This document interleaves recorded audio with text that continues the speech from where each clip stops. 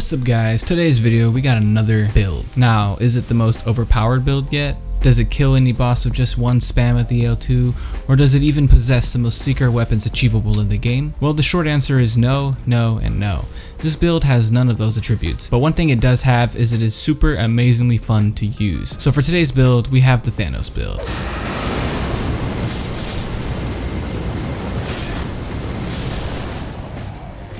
Well, I'm not super good at the sliders, so I found someone who is. I copied the sliders and created this hunk of a man. If you guys are interested in making the Thanos character, the link is in the description on how to create him. Now, the idea of this build was to create something that felt like you were using the Infinity Gauntlet. This game has many incantations, which opened up a plethora of ideas that would not only look cool, but actually be functional as a legit build, maybe possibly PvP. So when I first started using the build, I quickly found out that sometimes I just wouldn't have the time to cast these incantations. I was getting hard punished every single time I tried to use an incantation, and I got staggered pretty hard. So for my own mental health, I added a weapon that could be used optionally. You can get this weapon by beating the final boss and using his remembrance to unlock it. I upgraded this bad boy to a +10 and it's amazing. It does pretty decent damage as a normal melee weapon, but the weapon art is where it's at. First, it looks super cool. The way he launches your character into the air and it glides and does a super cool camera angle right before you smash the arena. It does hella damage too, but most importantly, you cannot get staggered while performing it. You will almost always just tank the hits and still proceed to smash the arena in. It's amazing and it's a good addition to this build in case you are tired of getting staggered.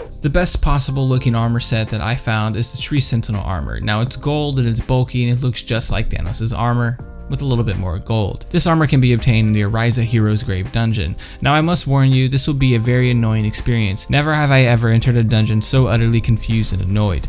And the damn chariots will fucking destroy you if you're not careful, so please mind your step. Once you have figured the cave out, you can find this enemy. Now destroy him and take your anger out and you will be awarded with this badass armor set that will make you look much closer to becoming the Mad Titan Thanos. Now this build revolves mostly around incantations. I fought so many bosses in dungeons trying to obtain the best incantations possible, so trust me when I say just because they look cool it doesn't mean they do a lot of damage.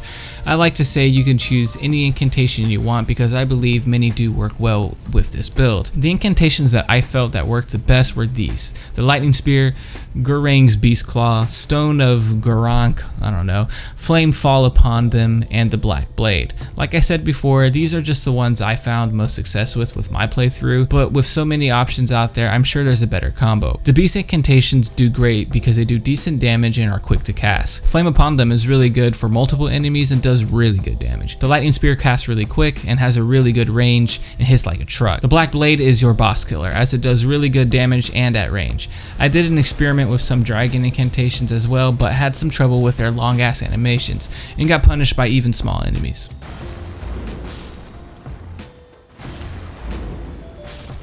Now I use two seals with this build, the Clawmark seal and the Erdtree seal. Now the Erdtree seal is super good because it scales S tier and it does really good with all your faith damage. Now I found that also if you use the Clawmark seal, it did really good for all your beast incantations, and since I ran both, I thought why not just use one on each hand and get the maximum amount of damage possible. And then I just put the weapon on another slot, and if I ever needed it I just switched to it. The talismans I chose really just boosted the speed and the power of the incantations, with the main ones being the Faithful Canvas Talisman and the Radagon's Icon Talisman. When I started making this build, I really wanted to create an overpowered build, but as I used it, I learned it's not overpowered, but it's fun. Coming from someone who has beat the game 4 times, I got so tired of using these so-called overpowered weapons. Every fight I was engaging in felt so easy. Secretly, without knowing, I was looking for a build that I could get punished using, but not so much that the build became horrible. This is a perfect build to use that is not only completely customizable, but it's super fun to use, and a complete left turn from the normal spam your weapon art kind of build style. You can get punished if you're not careful, but honestly, that's what I missed. I missed the feeling of struggling and the sense of accomplishment that I overcame from that struggle. I hope you guys enjoyed this little build that I had going. It took me forever to make. It was about like 5 days of just grinding out spells and getting dungeons unlocked, and it was a headache. So I really do hope you guys enjoy. If you made it this far, drop a like as it does help me get into the algorithm, and if you're interested in more videos and you're not subscribed yet, definitely subscribe as I try to be consistent with my uploads. Other than that, I hope you guys have an awesome day, and doses.